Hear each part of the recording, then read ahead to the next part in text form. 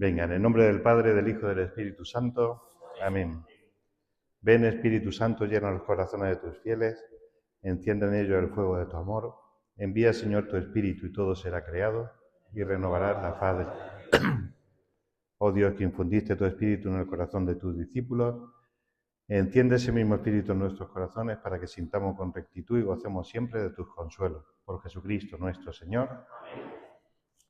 Muy bien, vamos a ver hoy la carta a los Filipenses, siguiendo el orden que nos habíamos puesto, y ahora después busco la siguiente fecha, que será después de la semana de Pascua, y si nos fijamos después quedan ya muy poquitas, creo que quedan 2 o 3, porque ya nos metemos en mayo y en junio ya cortamos, y aparte que ya no quedan más cartas, o sea, o le damos otra vuelta, que ya casi no hemos leído todas las de San Pablo.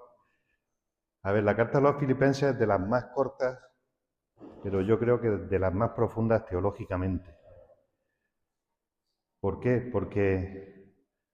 Sobre todo porque tiene un himno que es muy famoso, en Filipenses 2, el segundo capítulo de Filipenses, es uno de los himnos cristológicos más potentes de la primera predicación, de la predicación de los apóstoles, que lo vamos a ver despacito. O sea, vamos a hacer ahora un repaso de la carta y al final me detendré en ese himno, porque es como una síntesis del credo ya en boca de San Pablo, ¿vale? ¿Por qué es importante ese himno y esta carta? Porque a veces pensamos, en la Iglesia se metió, bueno, en la historia se metió un prejuicio que se llama el prejuicio anticatólico, que es decir que la Iglesia católica se ha inventado los dogmas para imponer su ideología, de alguna manera. Y eso no es así. Cuando uno estudia en serio la historia de la Iglesia y la historia de la teología, ves que todos los dogmas que nosotros proclamamos en el credo están contenidos en la Escritura y se han ido desarrollando, no se han ido inventando, se han ido explicando a lo largo de los siglos, en los concilios, sobre todo cuando ha habido desviaciones, cuando ha habido herejías, y la Iglesia ha ido saliendo para responder a esas herejías, ¿vale? Por eso en ese himno vamos a ver contenida ya la fe de los apóstoles y de la Iglesia en quién es Jesucristo, desde el principio, desde la primera predicación. En el dibujo que hizo Belén, esta cosa la hace Belén, no la hago yo simplemente la reboto, ¿no? Puso a San Pablo en la cárcel y está muy bien puesto, porque la carta a los Filipenses es una de las cartas de lo que se llama carta de la cautividad. Carta de la cautividad porque San Pablo escribió encarcelado. No se tiene claro si en Cesarea o en Roma. La mayoría opina que en Roma. Y estando encarcelado en Roma, mandaba a otros, normalmente no la escribía a él porque no podía escribir de la carta, sino que dictaba para que escribieran en su nombre. He puesto ahí una foto, que se ve muy poquito. No sé, ¿habéis estado en Roma así despacito o no? Despacito no, ha ido corriendo. ¿Alguno ha ido a la cárcel mamertina? No, pues entonces tenemos que ir a Roma. ¿Habéis ido a los foros imperiales? Sí, hombre, donde estaban todos los restos romanos, todos los pedruscos romanos ahí tirados. Toda esa planada, pues justo encima de los foros imperiales hay un templo, una iglesita que contiene esa cárcel, que es lo que se llama la cárcel mamertina, donde según la tradición estuvieron encarcelados Pedro y Pablo, y desde donde salieron al martirio. A mí es uno de los lugares de Roma que visita menos gente y que a mí me resulta más entrañable, porque ahí pone, en la puerta de esa iglesia pone los mártires que salieron de allí al martirio. Eso era una cárcel que era propiamente un alcantarillado. O sea, una parte del alcantarillado de Roma lo convirtieron en cárcel y a cada cierto tiempo pasaba el agua. Entonces, para sobrevivir tenía que estar de pie con la cabeza asomando por el agujero donde hay luz, para no ahogarte, ¿no? Entonces parece que Desde esa cárcel, o cerca de esa cárcel, San Pablo dictó algunas cartas, entre ellas la Filipenses. Eso contextualiza, porque hay un momento en que Jesucristo, en que San Pablo dirá: yo, el prisionero por Cristo, os escribo con el único interés de que conozcáis a Jesucristo. Y dirá: hay otros que predican por otro interés, porque aprovechado había en la iglesia desde el principio, que en nombre de Cristo a veces lo que querían era hacer su grupo, su secta, su panda de seguidores, ¿no? Y Pablo pone, lo vamos a ver ahora, como testimonio de que él predica a Jesucristo, que está en prisión y sigue hablando de Jesucristo. ¿Vale? Bueno, voy a intentar seguir este orden. Desde la cárcel escribe a Filipos. Filipos es una comunidad a la que Pablo le tiene mucho cariño y lo manifiesta. Es de las cartas más afectivas, digamos, en las que muestra su cariño: os quiero un montón. Es como una carta de testamento. Filipos está al lado del mar Egeo, en lo que ahora es Grecia, al lado de Acaya, era la zona de Macedonia, se llama. Bueno, pues esa comunidad le dirige lo siguiente. Voy a poner 4 ideas, que son los 4 capítulos. Esta carta tiene 4 capítulos. El primer capítulo es una acción de gracias y una expresión de afecto. Es decir, Pablo expresa su cariño a los filipenses y agradece su fidelidad. Y que a pesar de estar preso, él sigue alegre porque el Evangelio sigue avanzando. Dice en el capítulo 1, lo tenéis recogido: quiero que sepáis, hermanos, que mi situación personal ha favorecido más bien el avance del Evangelio, pues la gente del pretorio y todos los demás ven claro que estoy preso por Cristo. Es decir, él su prisión la toma como un testimonio, no como una desgracia, sino como una oportunidad de anunciar la verdad de Jesucristo. Y en ese capítulo, donde dirá esta expresión preciosa que todos conocemos: para mí la vida es Cristo y el morir una ganancia. Y el morir una ganancia. Y sigue diciendo: algunos anuncian a Cristo por envidia y rivalidad. Otros, en cambio, lo hacen con buena intención. Estos porque me quieren y saben que me han encargado de defender el Evangelio. Aquellos proclaman a Cristo por rivalidad con intenciones torcidas, pensando hacer más penosas mis cadenas. Y saca una conclusión: ¿qué más da? Al fin y al cabo, de la manera que sea, con hipocresía o con sinceridad, se anuncia a Cristo. Y yo me alegro y seguiré alegrándome. Esto ya me parece a mí una clave de discernimiento, podríamos decir. ¿Qué es lo que buscamos con las acciones que hacemos en la Iglesia? Que se conozca a Cristo o que se nos conozca a nosotros. Que seamos nosotros el centro, que seamos nosotros las estrellas, o que se conozca a Jesucristo, todos puedan disfrutar de Jesucristo. Porque sé que esto será para mi bien gracias a vuestras oraciones. Lo espero con impaciencia, porque en ningún caso me veré defraudado. Al contrario, ahora como siempre, Cristo será glorificado en mi cuerpo, por mi vida o por mi muerte. Por eso, lo primero, acción de gracias. Hola. Acción de gracias por la fidelidad de los filipenses y porque se va extendiendo el Evangelio. Y digo, esto es un criterio de discernimiento de la tarea que hacemos en la Iglesia. O sea, ¿cuál es el motivo por el que hacemos algo en la Iglesia? ¿Para extender el Evangelio o para crearnos nosotros un grupo de amigos? Está muy bien que seamos amigos y que llevemos el Evangelio haciendo amigos, pero la meta, como dirá San Pablo VI, el Papa Pablo VI, es la misión de la Iglesia es evangelizar. Y estamos aquí para evangelizar. Y San Pablo, su meta es evangelizar, es decir, que todos conozcan a Jesucristo. Vale, esa es la primera idea. Primero agradecimiento, y en ese agradecimiento dice esa frase preciosa que he dicho antes: para mí la vida es Cristo y el morir una ganancia, pero si hay que elegir, dirá, prefiero irme con Cristo, ¿no? Aunque estaré aquí el tiempo que Dios quiera que esté, ¿no? La segunda idea, que es el capítulo segundo, en el que me detendré más despacio al final, es una llamada a la humildad. Es decir, para que de verdad nuestra evangelización sea real, ¿a quién tenemos que poner en el centro? ¿A los métodos que utilizamos o a Jesucristo? Al final el método es secundario. Si os fijáis en la historia de la Iglesia, ya se ha inventado todo. Todo lo que pensamos, ahora somos la nueva.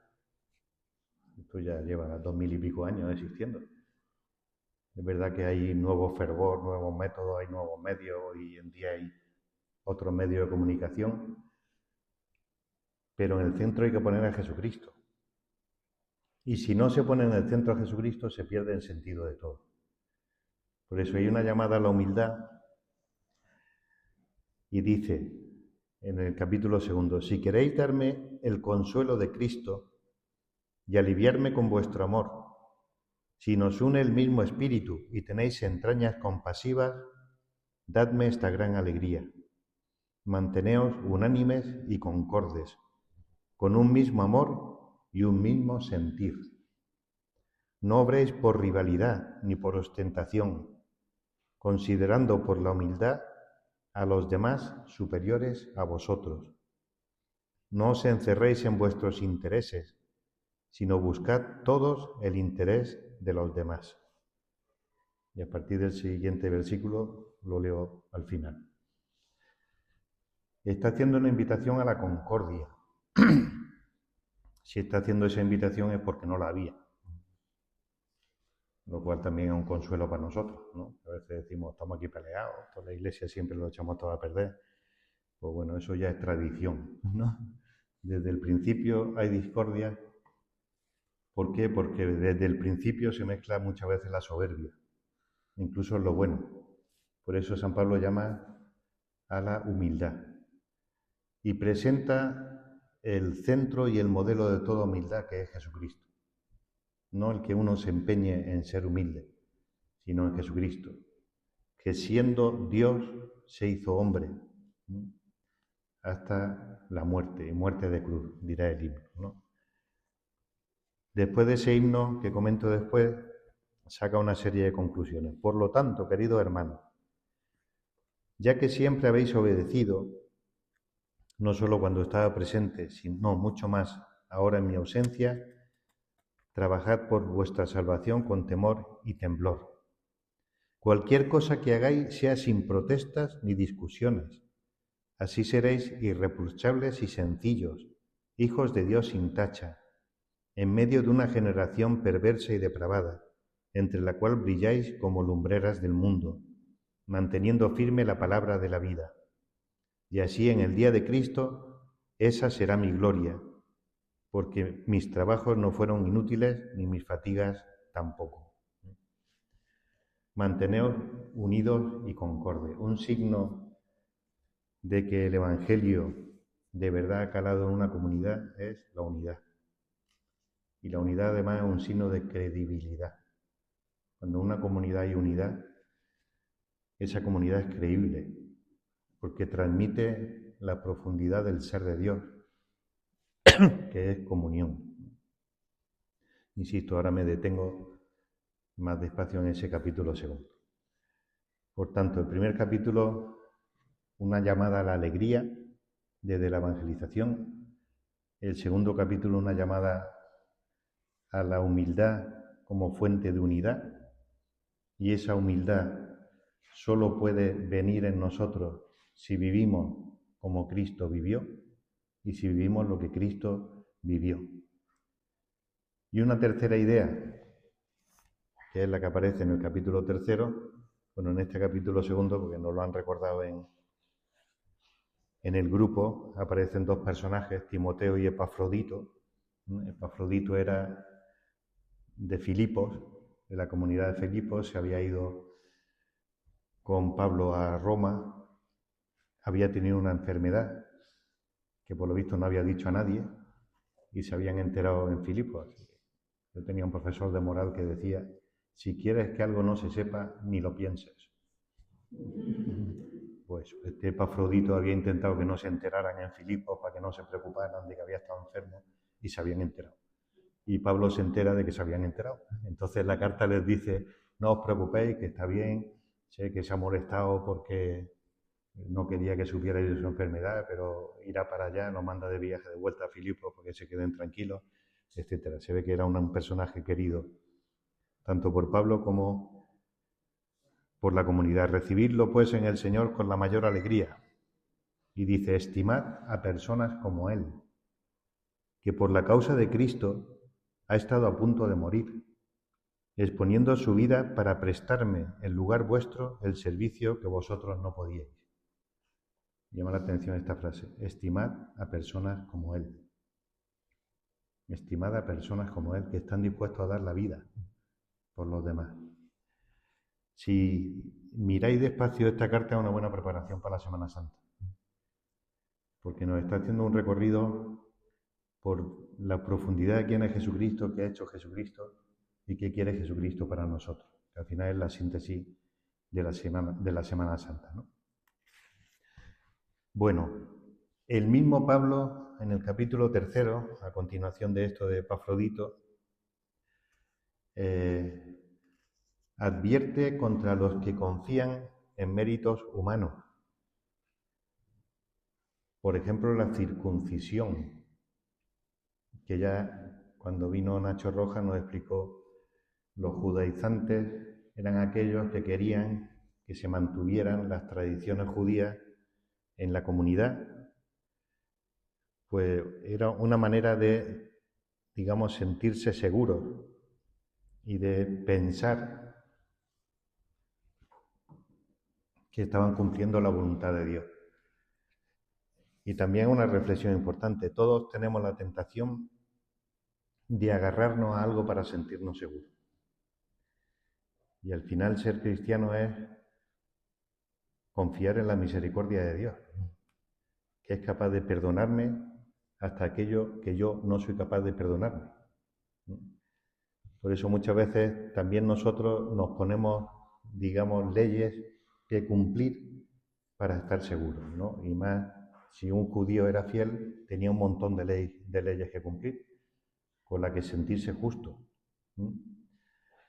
Bueno, pues ya sabemos que Pablo renuncia a esa ley y dice que la salvación no vendrá por la ley, sino por la fe. Y la fe, la gracia, me hace acoger todo lo que venga de Dios. Y que lo único importante para dar cabida a la fe es conocer a Jesucristo. Y pone de ejemplo a él mismo. Se pone a él mismo como ejemplo de esa entrega. En este capítulo, que lo voy a leer entero porque merece la pena, hay expresiones que son preciosas. Dice: por lo demás, hermanos, alegraos en el Señor. A mí no me cuesta nada repetiros lo ya dicho otras veces, y a vosotros os dará seguridad. Cuidado con los perros, cuidado con los malos obreros, cuidado con la mutilación. Los circuncisos somos nosotros, los que damos culto en el Espíritu de Dios y ponemos nuestra gloria en Cristo Jesús sin confiar en la carne. Los circuncisos somos nosotros. Es decir, los que estamos cumpliendo con Dios somos nosotros, que hemos recibido el Espíritu Santo, no los que se han mutilado. En otra de las cartas dice una expresión,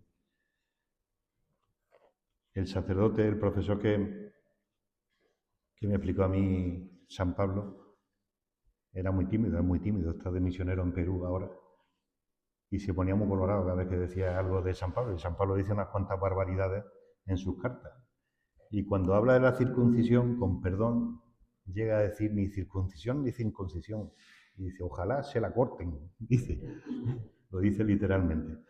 Y este profesor se puso colorado y lo decía: bueno, lo dice él, yo. lo que está diciendo es eso. Lo importante no es la mutilación, lo importante es recibir el Espíritu Santo.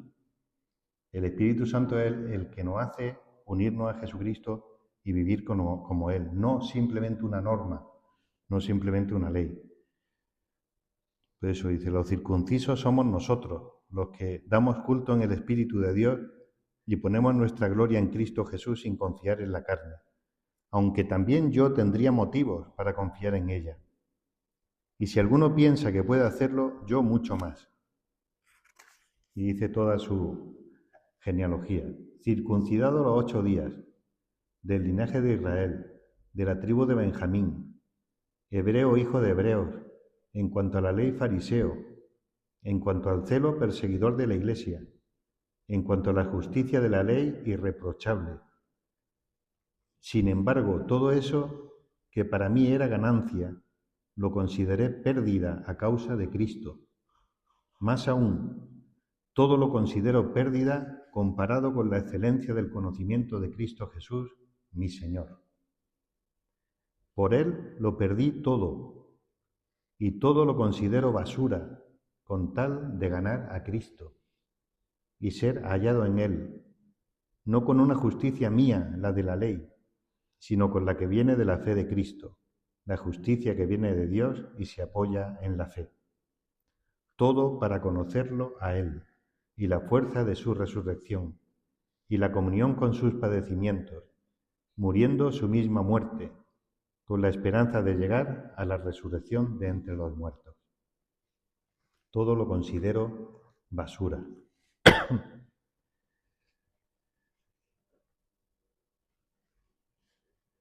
Y continúa diciendo, ¿cuál es la meta de nuestra existencia cristiana? ¿Simplemente constituirnos en un grupo? No. Y dice, la meta es llegar a lo que Cristo nos ha conseguido. No es que ya lo haya conseguido, yo lo persigo a ver si lo alcanzo, como ya he sido alcanzado por Cristo. Hermanos, yo no pienso haber conseguido el premio, solo busco una cosa. Olvidándome de lo que queda atrás y lanzándome hacia lo que está por delante, corro hacia la meta, hacia el premio, al cual me llama Dios desde arriba en Cristo Jesús. Y utiliza una expresión que a mí siempre me ha llamado la atención, que la he recogido ahí. En todo caso, desde el punto a donde hemos llegado, avancemos unidos. Está diciendo, está poniendo una comparación, lo pone en otras cartas, hablando de lo que nosotros llamamos las olimpiadas, las carreras, las competiciones. Y dice, en las carreras todos buscan el primer premio. Y ahora dice, corramos hacia la meta, pero avancemos unidos. Si os fijáis, hay una insistencia en esta carta. Si no vamos unidos, no nos hemos enterado del Evangelio. Si no vamos unidos, no hemos entendido quién es Jesucristo. Si no vamos unidos, estamos desperdiciando el espíritu que Dios nos ha dado. Desde donde estamos, avancemos unidos, ¿no? Se podría decir que esta carta es como un grito continuo hacia la unidad de la Iglesia como signo de la presencia de Cristo.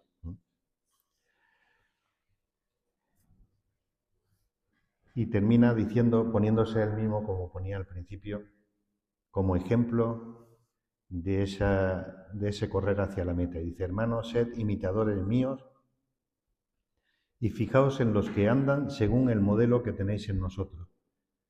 Porque como os decía muchas veces, y ahora lo repito con lágrimas en los ojos, hay muchos que andan como enemigos de la cruz de Cristo. Su paradero es la perdición, su Dios el vientre, su gloria sus vergüenzas. Solo aspiran a cosas terrenas. Nosotros, en cambio, somos ciudadanos del cielo, de donde aguardamos un Salvador, el Señor Jesucristo. Él transformará nuestro cuerpo humilde según el modelo de su cuerpo glorioso, con esa energía que posee para sometérselo todo. Somos ciudadanos del cielo. Hay otro criterio de discernimiento que aparece mucho en San Pablo, y en la predicación de los apóstoles, que es la cruz de Cristo. La cruz de Cristo. No hay verdadera vida cristiana si uno no toma su cruz y me sigue. El que quiera seguirme, que tome su cruz y me siga.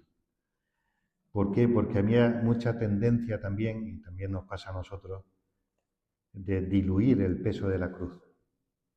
Como de quitarle importancia como si hubiera sido simplemente algo simbólico, pero bueno, como ya ha resucitado, pues ya está, a vivir, que son 2 días, ¿no? Y ya desde el principio se está diciendo que nosotros somos parte del cuerpo de Cristo, que tenemos que completar en nuestra carne lo que queda para la pasión de Cristo. ¿Y eso qué quiere decir? Pues asumir no solo nuestra debilidad, sino la debilidad de la humanidad. No podemos huir de la debilidad de la humanidad y de nuestra propia debilidad. Seguro que ha ido al monasterio de la Cartuja, y allí aparece muchas veces el sello de los cartujos, que no me acuerdo ahora mismo cómo se dice en latín, pero la traducción es: la cruz permanece en pie mientras el mundo gira. Y una cruz encima de la bola del mundo. Y si vais al Santa Santorum, donde está el Santísimo, arriba está San Bruno con la bola del mundo encima y la cruz clavada en el mundo, ¿no? El mundo sigue sufriendo y Cristo quiere que a través de nuestra caridad asumamos el sufrimiento del mundo. ¿Para qué? Para glorificarlo, para llevarlo a plenitud. Pero no podemos hacer, digamos, un disimulo de la cruz, como si no hubiera sufrimiento. La primera herejía que surgió ya la combate San Juan en el Evangelio, y creo que lo dije otra vez, que es lo que se llama el docetismo. El decir que Jesucristo no asumió realmente la humanidad, sino una apariencia de carne humana. Docetismo es de doqueo, quiere decir en griego apariencia, ¿no? Como si Cristo fuera simplemente una marioneta, no realmente hombre. ¿Por qué? Porque en la mentalidad de aquella época el sufrimiento y la carne es impura y Dios no puede tocar lo impuro. Pues nosotros lo que creemos es que Dios ha tocado lo impuro para sanarlo, para salvarlo, ¿no? Por eso la cruz no es un adorno cristiano, sino que es el modo de ser cristiano, el estar dispuesto a dar la vida por los demás. Y el último capítulo son las exhortaciones finales y vuelve a hacer una llamada a la alegría. Así pues, hermanos míos queridos y añorados, mi alegría y mi corona, manteneos así en el Señor. Alegraos siempre en el Señor, os lo repito, alegraos. Que vuestra mesura la conozca todo el mundo, el Señor está cerca. Nada os preocupe, sino que en toda ocasión, en la oración y en la súplica, con acción de gracias, vuestras peticiones sean presentadas a Dios.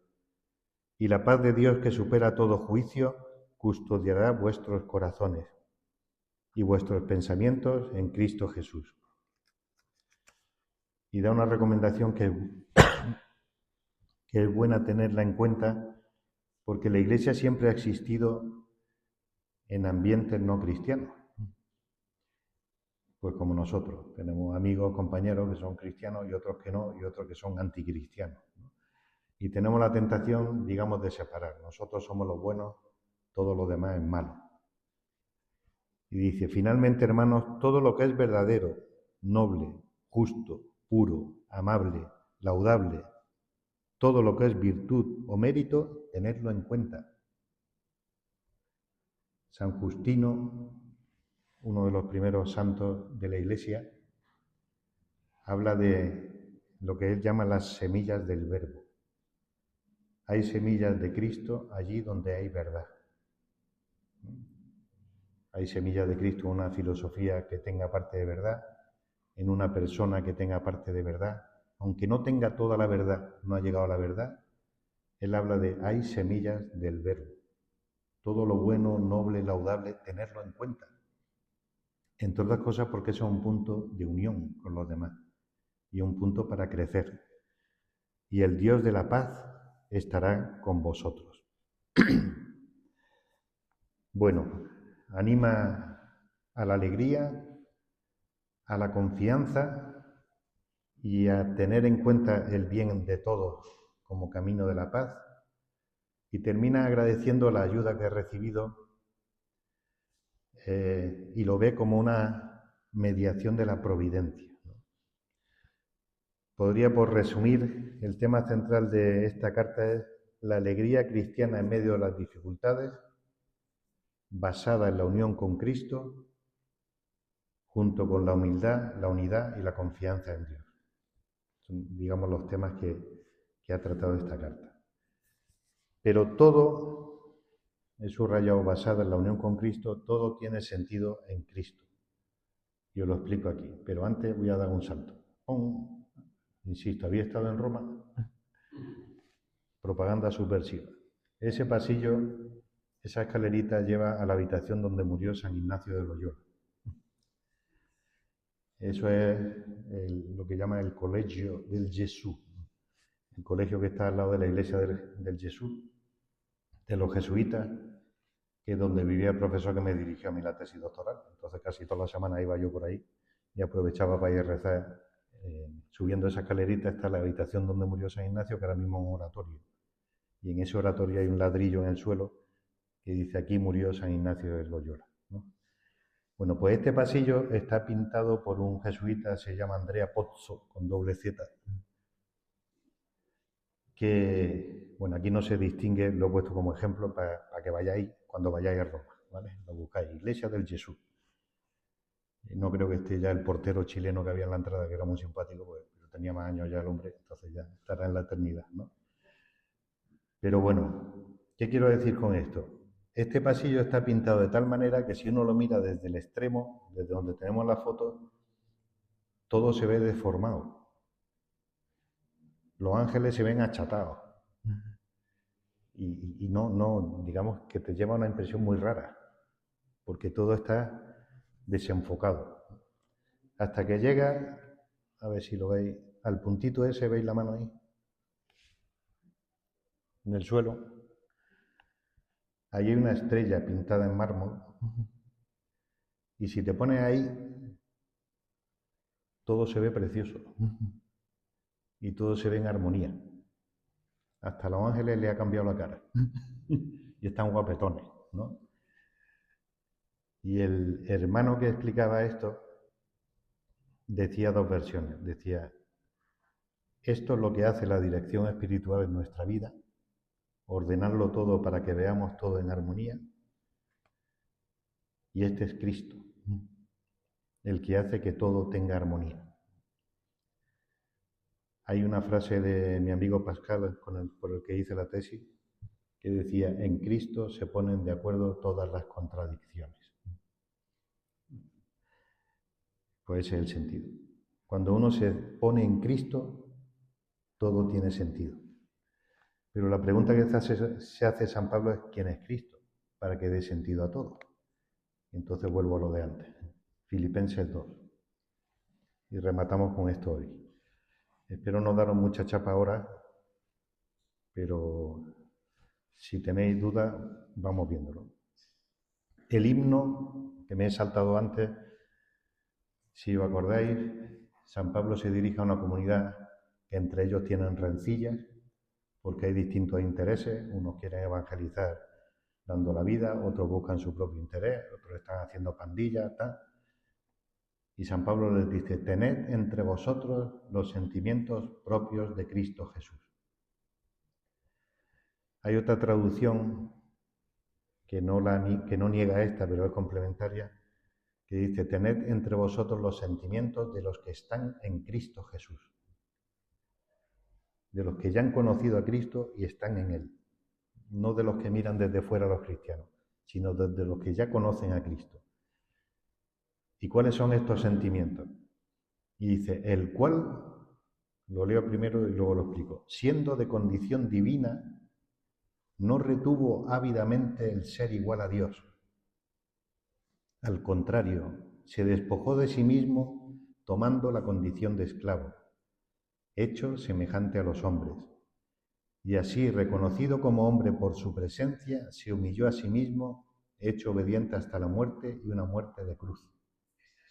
Por eso Dios lo exaltó sobre todo y le concedió el nombre sobre todo nombre, de modo que al nombre de Jesús toda rodilla se doble en el cielo, en la tierra, en el abismo, y toda lengua proclame: Jesucristo es Señor, para gloria de Dios Padre.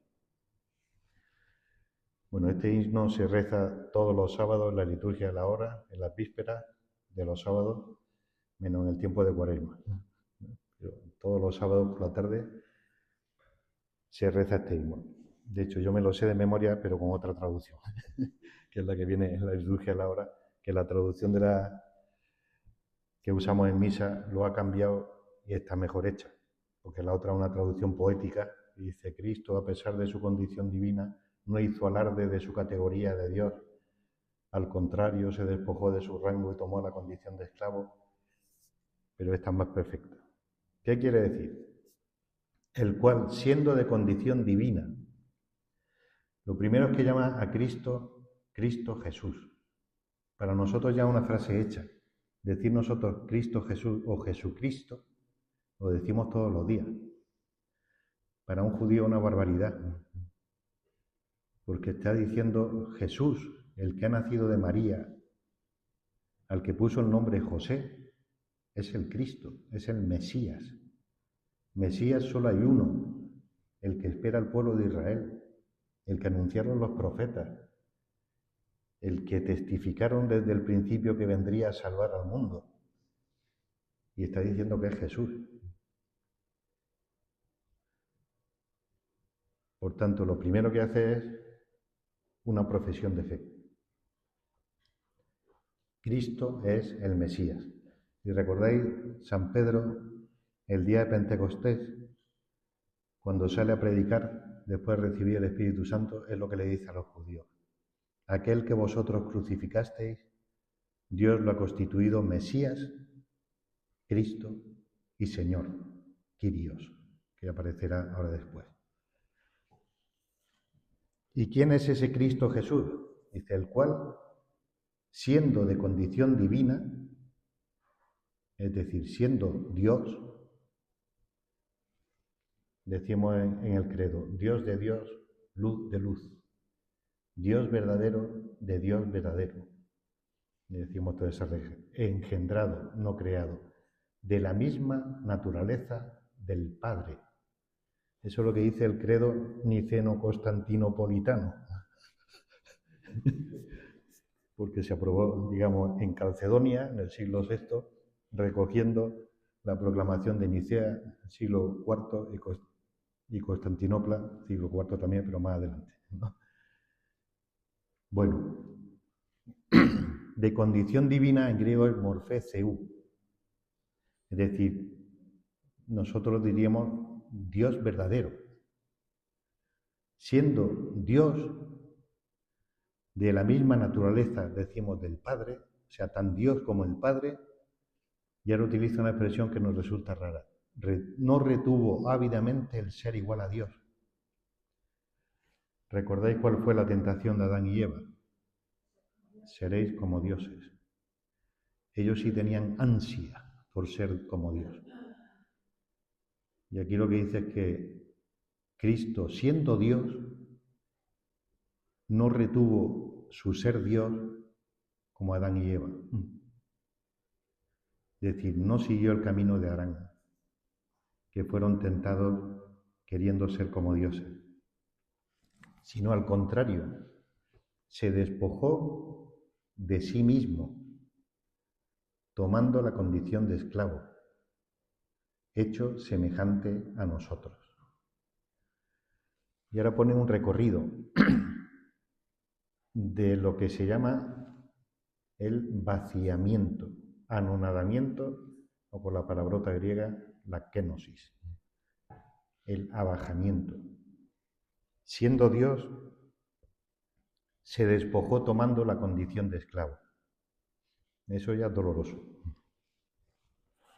Mi amigo Pascal, en uno de los pensamientos, dice: lo que peor llevamos en la vida es ser reyes destronados.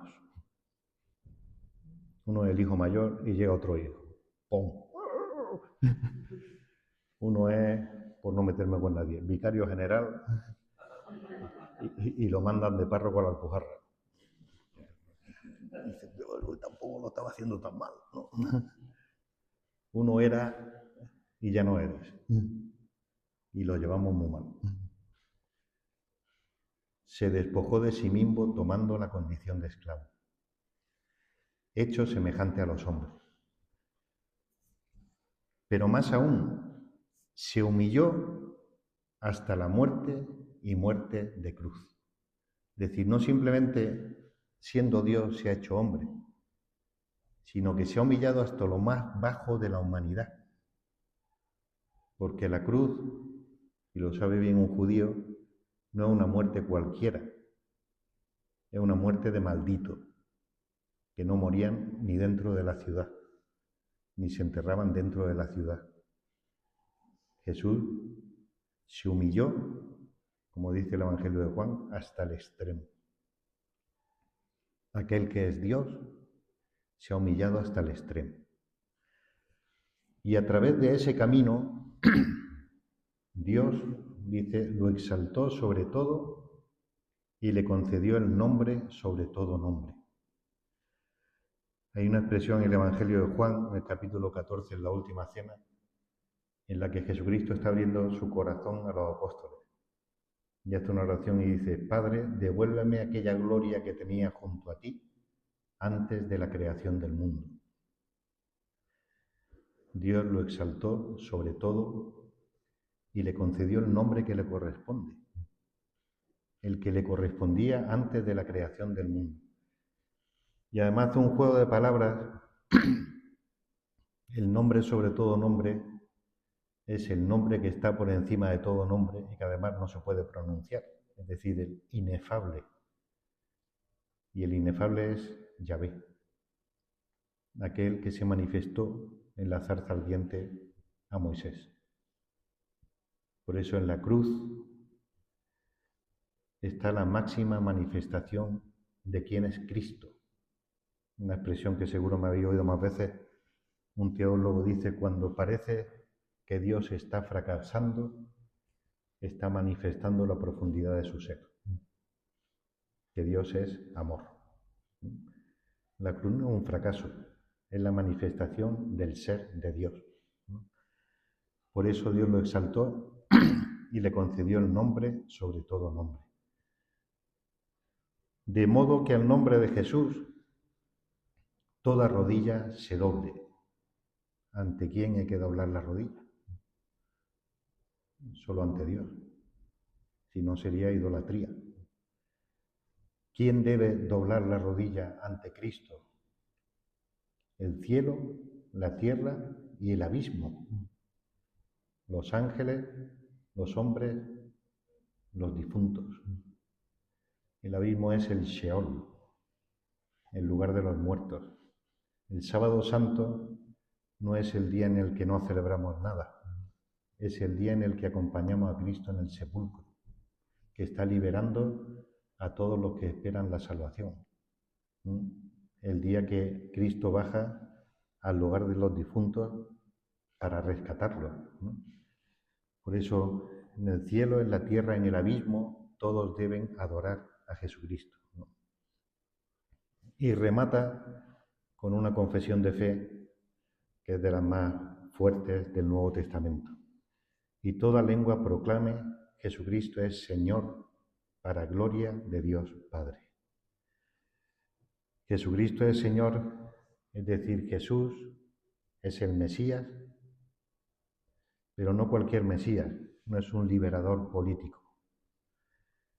Jesucristo es el Mesías siendo el Señor, es decir, siendo Kyrios, que es la traducción griega de la palabra hebrea Adonai, que es la palabra que utilizan para decir Yahvé. Un judío no puede decir el nombre de Dios, no puede nombrar Yahvé, y por eso dicen Adonai. Ese Adonai lo traduce en griego es Kyrios, que lo decimos en misa, Señor, ten piedad, es Kyrie eleison, Señor, ten piedad. Por tanto, está diciendo Jesús, Mesías, Dios. Y al mismo tiempo, para gloria de Dios Padre. Que hay dos dioses. Una manera de expresar lo que nosotros llamaremos con el tiempo el misterio de la Santísima Trinidad. Jesucristo es el Hijo del Padre. Dice la liturgia hispano-mozárabe, el Hijo eterno del Eterno Padre.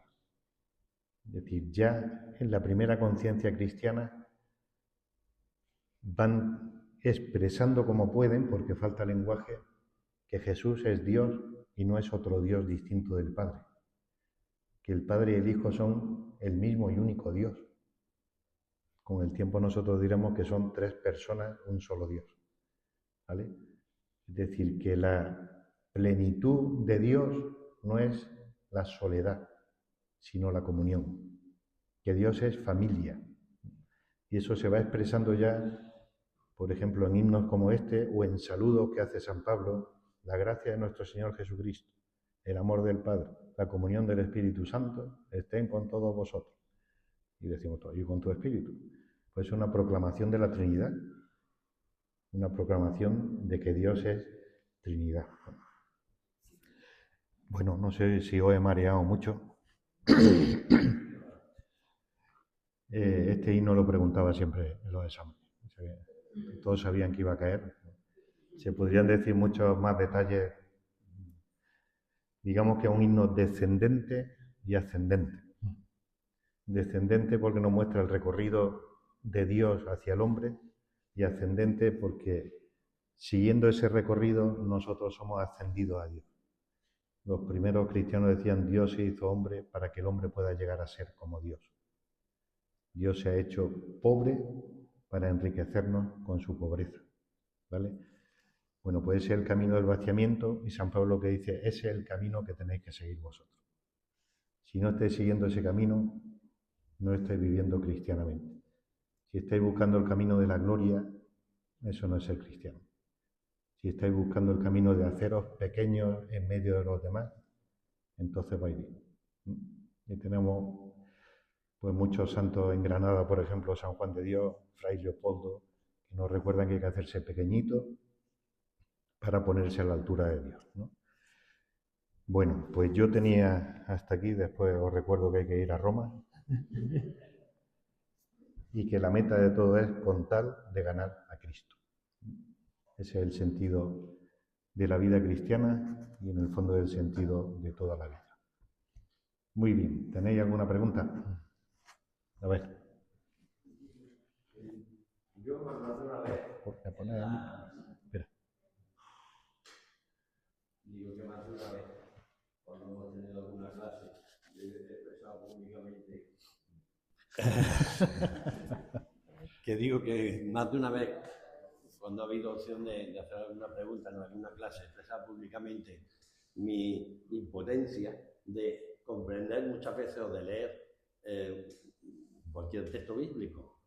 Una de las cartas de San Pablo también me ha costado mucho trabajo. Y me ha sorprendido mucho esta, no la había leído. La he leído antes de venir y me parece que es muy sencilla. Sí, sí. Que incluso está escrita con lenguaje moderno que hasta un tío torpe como yo lo puede entender. Yo no sé si los demás habréis tenido esa misma... Está escrita con frases cortas, no con hiperbatón muy largos, no con frases con signos de puntuación. A mí me ha llamado la atención. Me ha encantado el resumen que ha hecho y no sé, esto no lo debía decirlo, pero me ha emocionado el comentario.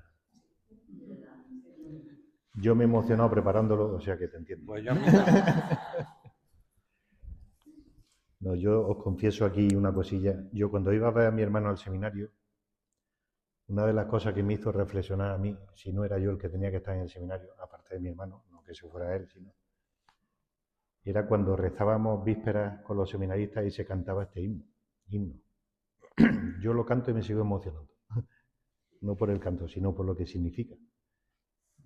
Porque porque es que tiene una profundidad tremenda, ¿no? O sea, cómo Dios se ha hecho pequeñito para hacerme a mí grande, que soy muy poca cosa, ¿no? Es que eso es lo que experimentó San Pablo y esa es la grandeza de esta carta. Y el hecho de que sea tan sencilla también lo da que estaba en la cárcel. O sea, no podía enrollarse. Y seguramente lo estaba dictando a otros. Entonces, cuando uno dicta, digamos que va como mandando tweets o como se digan ahora, ¿no? Pero sí es una de las cartas, yo creo, más desconocidas y que tiene muchísima profundidad. Más preguntillas que se os ocurra.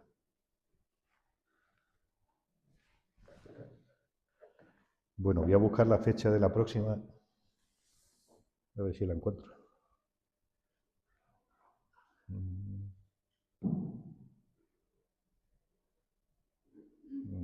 A ver.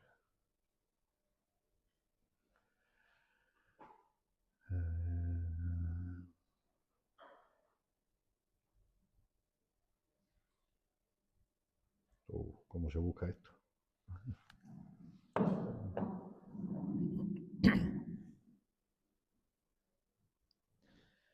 Bueno, me parece que era la segunda semana de Pascua.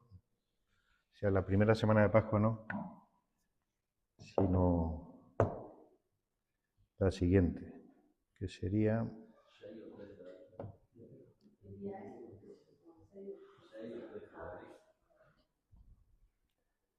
A ver, el 13 de abril. El 13 de abril. Vale. Pues puede ser. Efectivamente. Sí. Pero bueno, voy a intentar la bilocación. De aquí a ese día voy a ensayarla. Bueno, lo mismo no... Bueno, la siguiente en principio le toca a Esteban.